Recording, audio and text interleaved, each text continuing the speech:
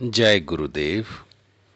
शक्तिपात ग्रंथ शक्तिपात कुंडलिनी महायोग में से अनुबंध चतुष्ट है।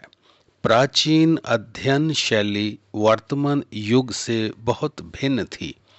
आध्यात्मिक ग्रंथों के रचनाकार एवं उनके पाठक चार बातों को ध्यान में रखकर ही रचना अध्ययन में प्रवृत्त होते थे।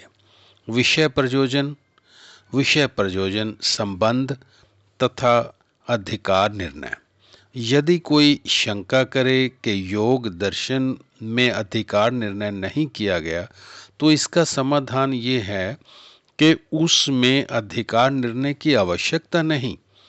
वहाँ सभी प्रकार के अधिकारियों के लिए साधन बताए गए हैं। किस साधक के लिए क्या साधन उपयुक्त है, इसका निर्णय गुरु पर छोड़ दिया गया है। यहाँ तक शास्त्र का संबंध है, उस पर प्रत्येक उस व्यक्ति का अधिकार है जो उसमें रुचि रखता है। विषय ग्रंथ का विषय प्रथम सूत्र में ही स्पष्ट कर दिया गया है। शक्तिपात, शक्ति तथा शक्ति के विभिन्न स्तर या स्वरूप। शक्तिपात क्या है, कितने प्रकार का है, क्यों आवश्यक है, शक्तिपात से क्या अनुभव होते हैं इत्यादि सभी विषय के अंतर्गत आ जाता है।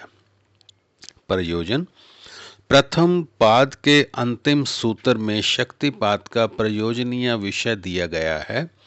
यह योग दर्शन का तीसरा तथा प्रयोजनीय विषय है, जिसे किसी भी प्रकार की छेड़छाड़ किए बिना ही ग्रंथ में ग्रहण कर लिया गया है।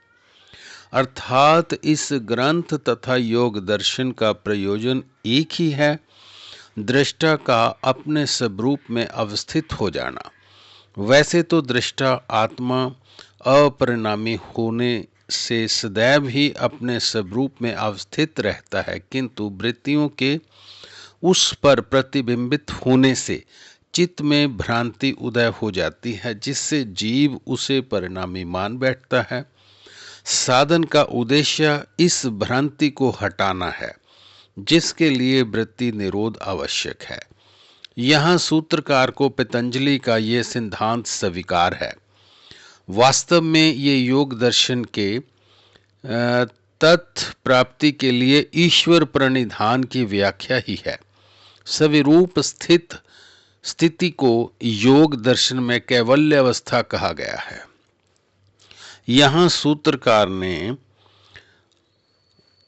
प्रतिपादित योग चित्त वृत्त निरोध दोनों को स्वीकार किया है, क्योंकि इन दोनों परिभाषाओं में केवल शब्दों का अंतर है।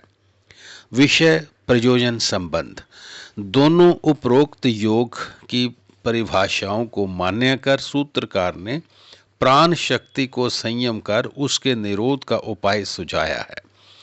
क्योंकि जब तक प्राण शक्ति आंदोलित रहती है, वृत्ति निरोध संभव नहीं। प्राण से मन तथा मनो निरोध से प्राण के निरोध का मार्ग शास्त्रों में स्थान स्थान पर कहा है। मनोनिरोध से प्राण का निरोध करना अभ्यास का विषय है तथा अत्यंत दुष्कर है। प्राण का निरोध करने के लिए कई साधक प्राणायाम का अभ्यास करते हैं, किंतु अभ्यास से अस्थायी लाभ ही हो सकता है, क्योंकि वृत्तियों का उद्गम वासना है तथा वासना के कारण संस्कार जब तक निर्मूल नहीं हो जाते, वासना का कारण संस्कार जब तक निर्मूल नहीं हो जाते, तब तक चित्त की निर्मलता संपादित नहीं होती। निर्मलता के उपरांत ही भ्रांति से निवृत्त होकर प्राण शक्ति आत्मा में विलीन होकर आत्म स्थिति अथवा स्वरूप स्थिति का अनुभव हो पाता है। यहाँ महाराज जी के मुताबिक चित्त वृत्ति निरोध अथवा समाधि रूपी योग की प्राप्ति प्राण शक्ति के वश में है।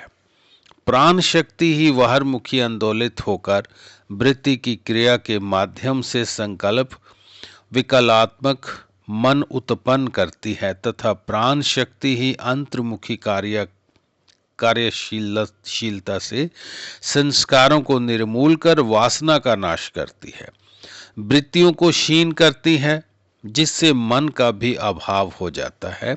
अतः चित्त शुद्धि या वृत्ति निरोध के लिए प्राण शक्ति का प्रतिप्रसव कर्म में जागृत होना आवश्यक है। ये कार्य शक्तिपात से सहज संभव है।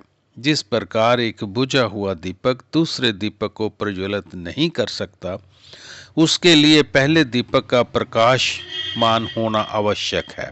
इसी प्रकार जागृत शक्ति संपन्न गुरु ही शिष्य की प्राण शक्ति को अंतर्मुख जागृत कर सकता है।